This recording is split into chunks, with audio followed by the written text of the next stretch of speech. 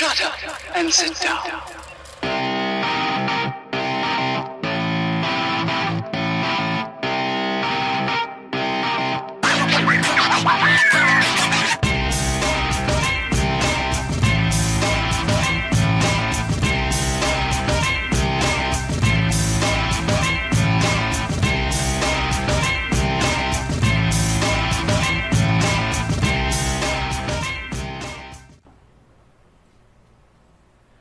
OK, donc l'installation et la configuration du rôle de serveur DHCP.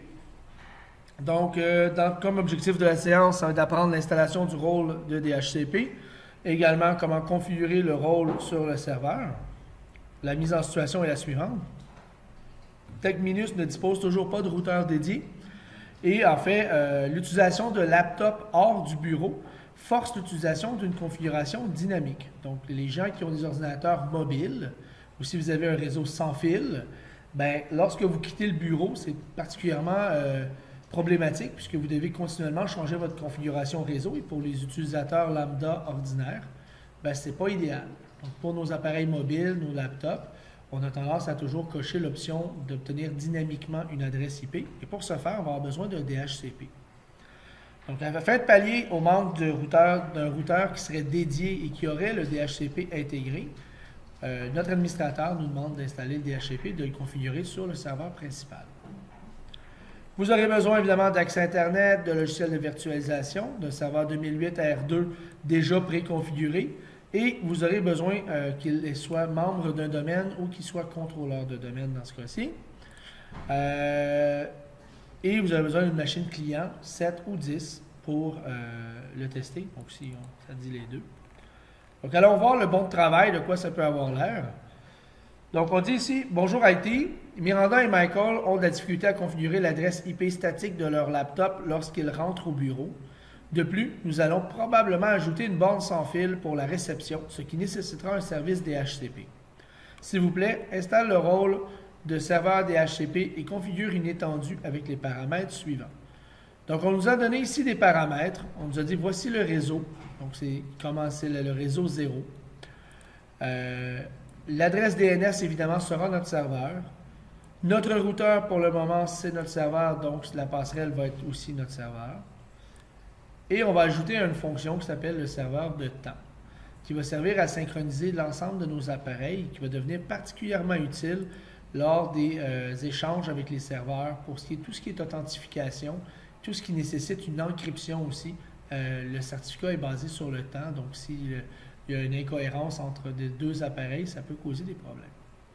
On nous donne une plage ici qui est de 1 à 254. Donc, il s'agit d'une plage englobante qui va prendre l'ensemble du réseau et dans laquelle, en fait, on va aller planifier des exclusions.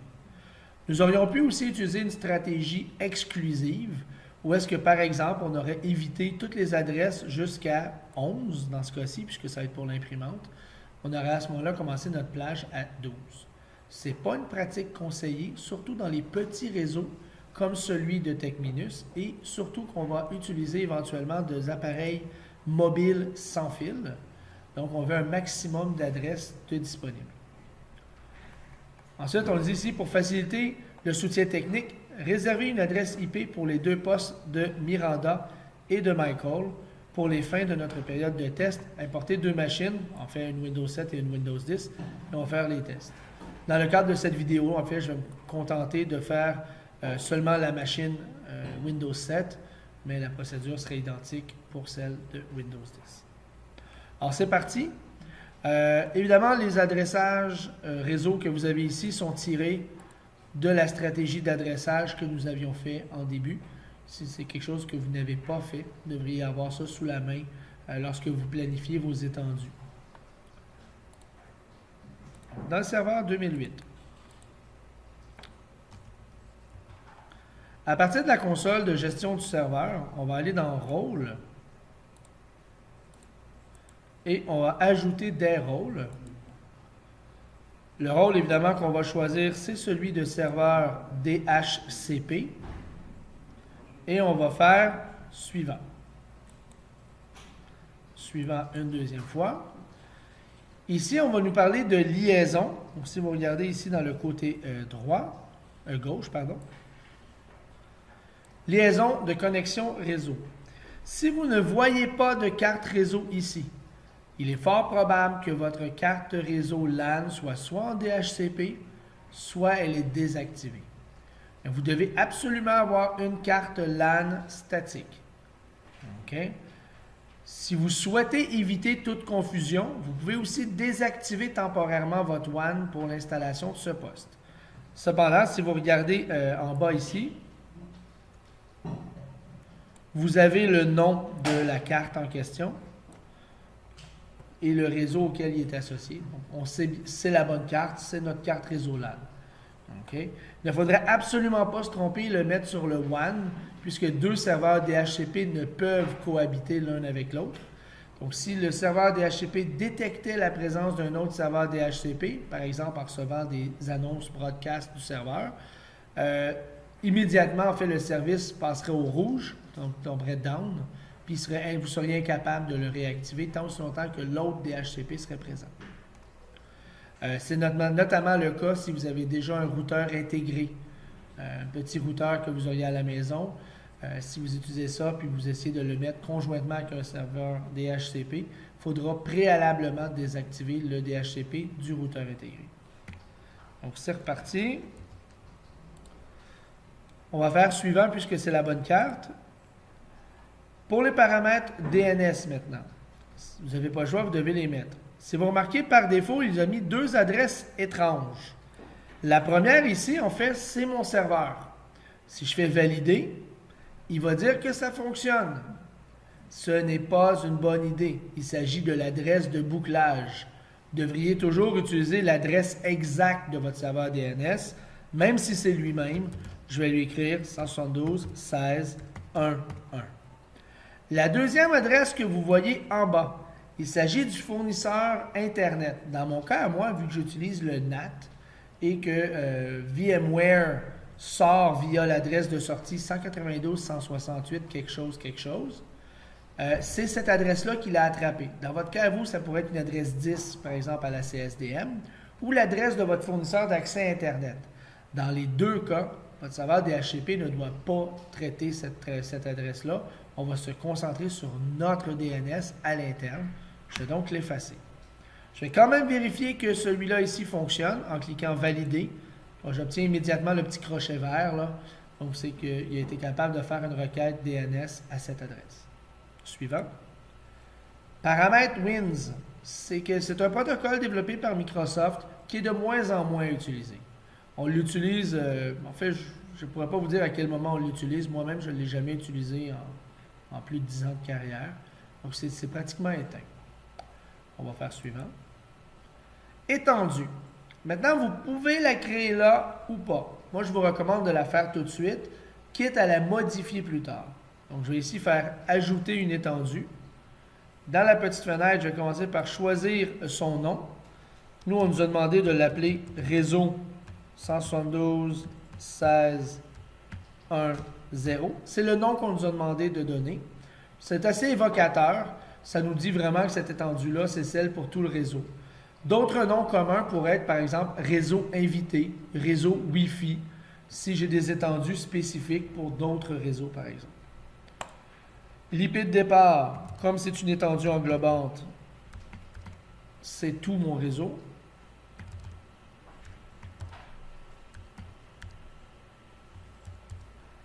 Donc, je ne fais pas attention aux IP qui sont statiques, ni aux réservations, puisque l'on va exclure plus tard. Type de sous-réseau, ici c'est un peu bizarre comme nom. On aurait dû appeler ça bail. Il appelle ça type de sous-réseau. Il nous en offre que deux options, là. On pourrait aller modifier le bail par la suite, mais ces options-là sont assez évocatrices. Câblé, on nous recommande 8 jours. Et sans fil, évidemment, on nous recommande 8 heures. Bon, ici, le bon de travail n'est pas clair. On nous dit qu'on installera plus tard du Wi-Fi. Donc, on pourrait cocher tout de suite sans fil. Par contre, un bail trop court va générer un trafic élevé sur votre réseau puisque les appareils passeront leur temps à renouveler leur bail, ce qui est un peu inutile. Comme notre principal réseau est câblé pour l'instant, je vais donc laisser câbler à 8 jours. Je vais laisser cocher activer l'étendue pour qu'elle soit fonctionnelle. Et je vais aller changer son masque, puisque ce n'est pas un classe B, on l'a sous-réseauté à un classe C, donc 255, 255, 255, 0. La passerelle est un élément facultatif, mais comme de toute façon on en a une passerelle et on veut que nos clients puissent avoir accès à Internet, je vais ajouter l'adresse de la passerelle qui présentement est 172.16.1.1. C'est toujours possible d'aller changer cette information-là si la passerelle devrait changer plus tard. Même chose pour le DNS. Mon étendue est complète, je vais faire OK. Je pourrais ajouter une autre étendue si je le souhaitais. Par exemple, j'aurais pu faire 2 étendues, une pour mon Wi-Fi, une pour mes autres, mais c'est très difficile à gérer. Une seule, ça va être plus que ça. Mode DHCP V6, nous n'en aurons pas besoin puisque nous n'utiliserons pas le protocole IPv6. Autorisation du serveur, on va laisser l'option ici « Utiliser les informations d'identification actuelles » parce que je suis authentifié avec mon administrateur ou une personne qui est admin du domaine. Si je serais authentifié avec quelqu'un qui n'a pas les privilèges d'admin du domaine, j'aurais utilisé d'autres informations, j'aurais utilisé une autre personne. Je vais faire suivant et installer.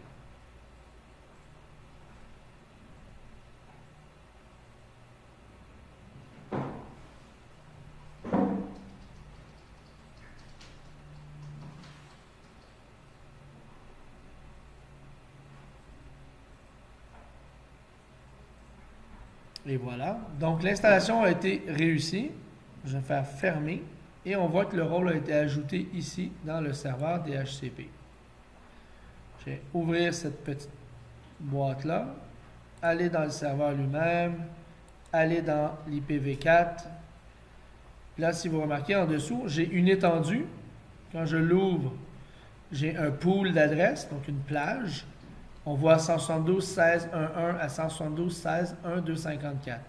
À l'heure actuelle, cette étendue-là pourrait accidentellement tomber en conflit. Alors, je pourrais transmettre une IP en conflit avec mon serveur, par exemple. Donc, je vais aller exclure des adresses. Donc, je vais faire nouvelle plage d'exclusion. Les plages d'exclusion, ça peut être une seule IP ou un ensemble de IP. Si on se fie au bon de travail, on nous a demandé d'exclure le serveur. Donc, je vais seulement faire 172.16.1.1. On nous a demandé d'exclure le routeur, la passerelle, mais c'est le même pour l'instant. Donc, je n'ai pas à m'en soucier. Et l'autre chose qu'on nous a demandé d'exclure, c'est l'adresse IP de notre future imprimante, qui est, elle, 16.1.11.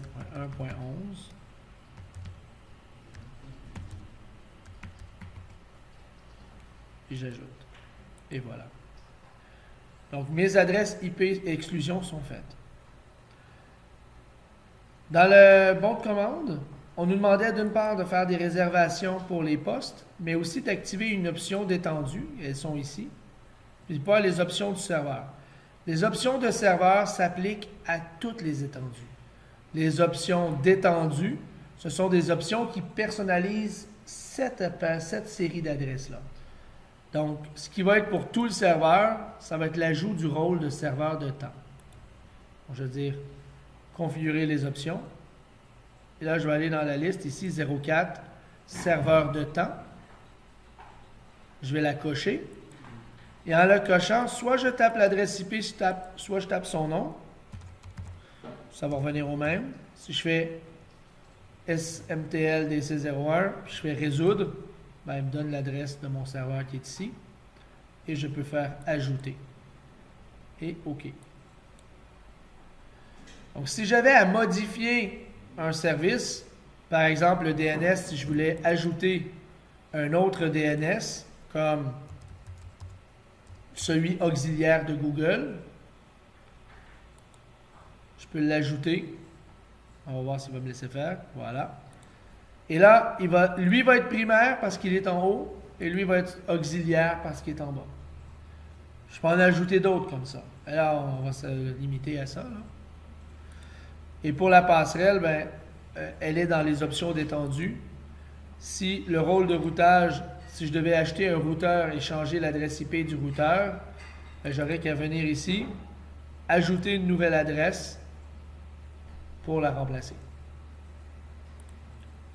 Finalement, dernier élément du bon de commande, la réservation. Pour faire la réservation, je vais avoir besoin de l'adresse MAC du poste que je veux réserver. Donc, je vais aller ici sur mon Windows 7. Je vais faire CMD et je vais taper la commande ipconfig/all.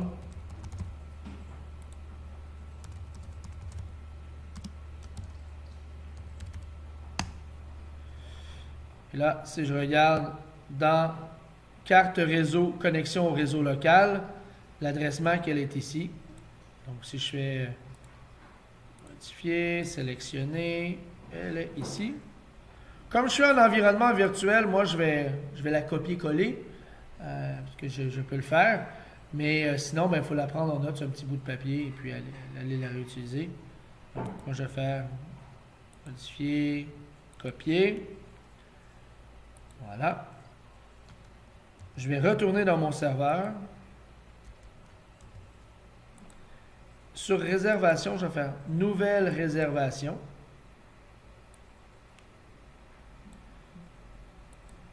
Donc, la première, c'est pour l'ordinateur, je pense, de Miranda. Idéal, c'est que je mette le nom de la machine, puisqu'il de toute façon, il est évocateur et facile à identifier. Donc, MTL, c'était Windows 7X et c'est Miranda Pietrangelo 01. C'est un champ texte, donc si je veux, je pourrais même taper Miranda ici, si je veux essayer de m'en rappeler. Là. C'est de l'information texte. OK. L'important, je trouve, c'est l'adresse, le nom en fait du poste pour savoir si c'est le bon. Et là, je vais devoir choisir une IP. On nous a demandé de faire 251. Ici, je taperai l'adresse MAC. Heureusement, moi, ah, non. Il n'a pas copié. Donc, je vais devoir...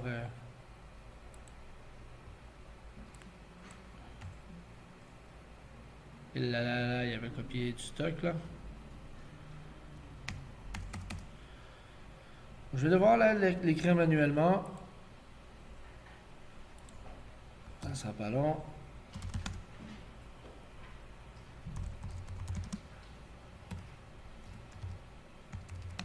Je me trouvais bien fin, mais finalement, ça se retourne contre moi. 000C29. Oups. On va ici. 000C29. Tourner sur mon Windows 7. 4E21B1. J'ai eu un blanc. 4.1. Oups. 4E21B1. Voilà. Vous noterez que je ne mets pas de tiret, je mets rien, pas de double point, rien. Je mets tout ça d'un bloc. L'autre chose, je remarque qu'en bas, j'ai une description. Je me souviens de mettre l'information ici. On fait laptop de Miranda Pietrangelo. Comme ça, je sais à quoi sert ça. Je ne touche pas aussi de la prise en charge. Je la laisse boot P et DHCP. Là, on laisse ça tel quel. Je fais juste ajouter. Évidemment, là, pour l'autre poste qui était celui du 10, MTL, W10X. Ici, c'était M. Michael Corazon. Oups. 01. Là, je mettrais 252. Bon, 00.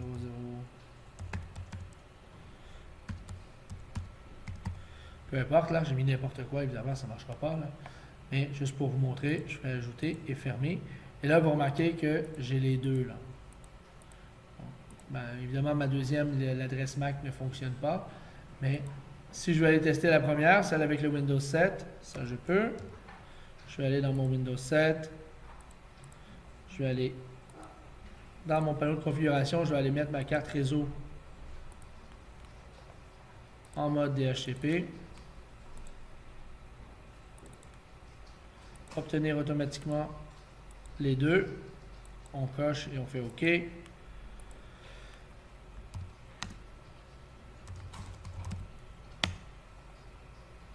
Donc on voit qu'immédiatement, je zoome un petit peu, l'adresse ici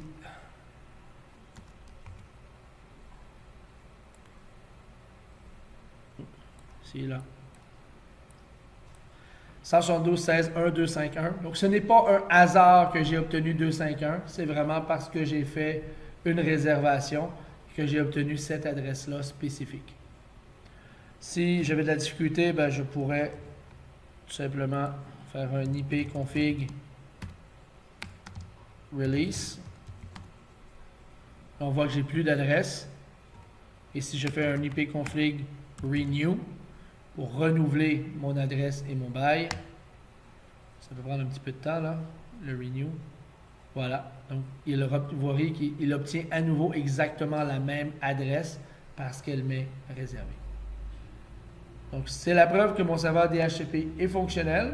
Et normalement, tous les postes qui n'auront pas une réservation vont avoir une adresse attribuée à partir du pool. Et à mesure que, dans le fond, je vais ajouter des serveurs et des imprimantes, je vais ajouter des exclusions, bien, ce pool va se rétrécir. Et jusqu'à ce qu'éventuellement, je vais peut-être devoir changer le pool pour avoir plus de réseau et changer mon réseau. Donc voilà, c'était pour le serveur DHCP.